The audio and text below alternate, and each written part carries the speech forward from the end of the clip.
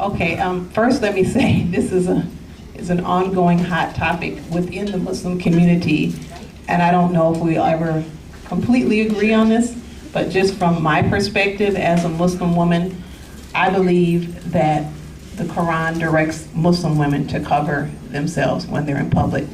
For number one, it's a way of identifying ourselves, and number two, it's modesty. Now, some people might argue one way or another, but even if you go back into the early days of the church, even with nuns and even the church, they used to, when they came to church, they would cover, they would wear hats, they would wear scarves or whatever, and that even over time, the nuns, you know, they would wear their habit, but then they got to the point where they got modernized or whatever, so they don't wear it. So for me, it's a way of identifying myself to the public that I am a Muslim woman, that I am practicing the religion of Islam.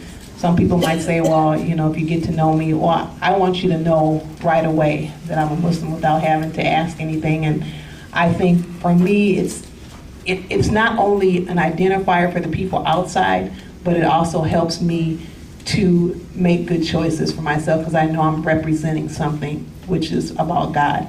Now, as far as the women wearing niqab, they call it, I think there's different ranges of modesty. Some people might say, well, I can be modest without a scarf. Some people say I can be modest with a scarf. Some people believe that all of this is part of the face and everything is part of the beauty of the woman. So they believe that when they go into the public that they should cover that part of their body also. So that's kind of my take on the whole. For myself, the reason why I wear it, I did not always wear it. I chose to wear it as I got older and understanding who I wanted to be identified first as. I think it came after 9/11 for me.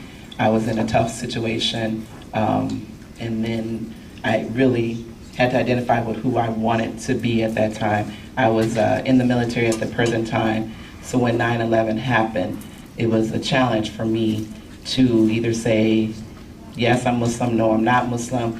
Am I gonna fight or am I gonna do it? So it was, for me, that was my turning point as to when I started to really wear it and then start to understand it. And then as time grew on, I grew to like wearing it, like, you know, wearing it different ways, the different colors that come along with it, just more identifying with who I am as an individual. So that's the reason why I wear it. Okay, for me, it's the opposite. I actually wore it when I was 16. It was my choice. My father was a scholar in the Islamic religion. He never forced us. He wants us to learn before putting it on. So at 16, I put it on, and it was my choice.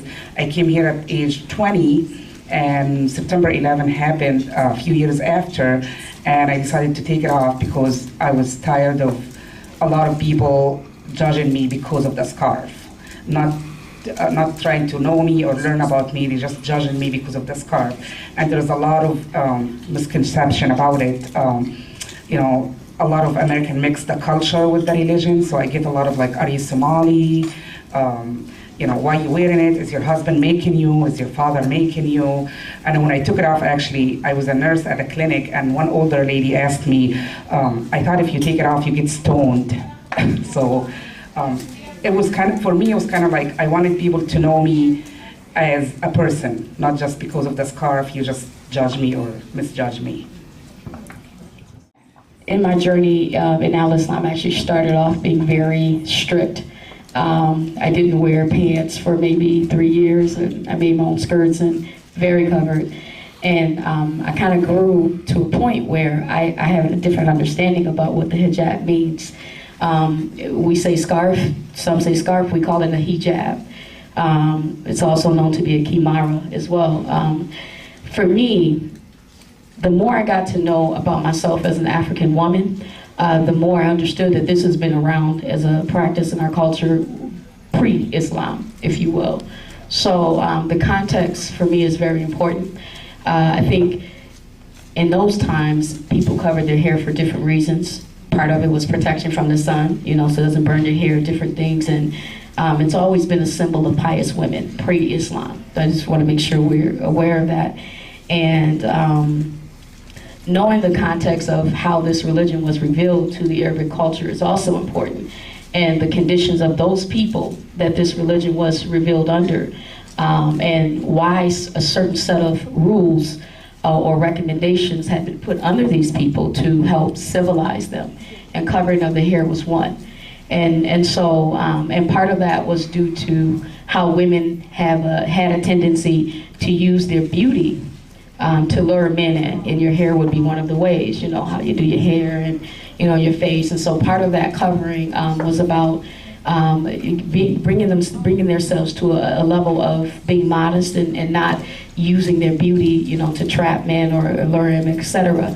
So it's really interesting because in the West African culture, part of it is that the older women cover and the younger women are told to kind of, you know, keep themselves open and free to attract husbands. And so it's kind of different, you know, from culture to culture. But the context for me is about being okay with myself as a person and respecting myself as a person, as a woman of God in general.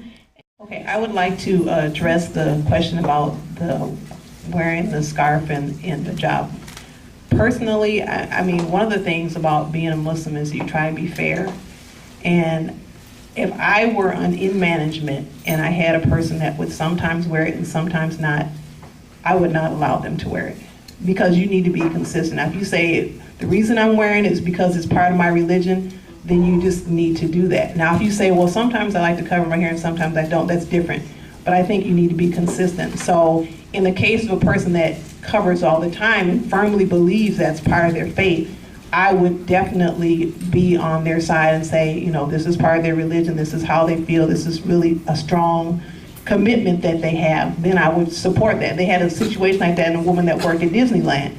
She was working there for 2 years and wasn't covering, then she wanted to cover. So, you know, you need to be consistent one way or another. I mean, if it doesn't affect your job, you know, whether, because we have African women, even African Americans, you know, you might want to wear a scarf with your outfit or hat or whatever, you know, so that's part of our tradition. But if you're going to base it on religious reasons, you need to be consistent with that. Real slow. Okay. Oh, the same number anyhow, don't worry, you pull the same number. She was just messing with y'all. 5, 4, 1, 7, 0. Real close. Go back 2. Go back. 0. 5, 4, 1, 7, 0. Sandra, 0. Yay!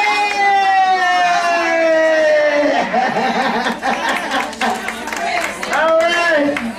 All right. It's 5, 4, 1, 7, 0, 0. How much money is Sandra taking with her? Whoa! $70 she's going home with today. $70. Sandra, you back? I told you back. Didn't I say you back? She always, she's a very blessed woman. You know what, sisters? I want to thank each and every one of you for coming out today. And if you had a good time, tell a friend.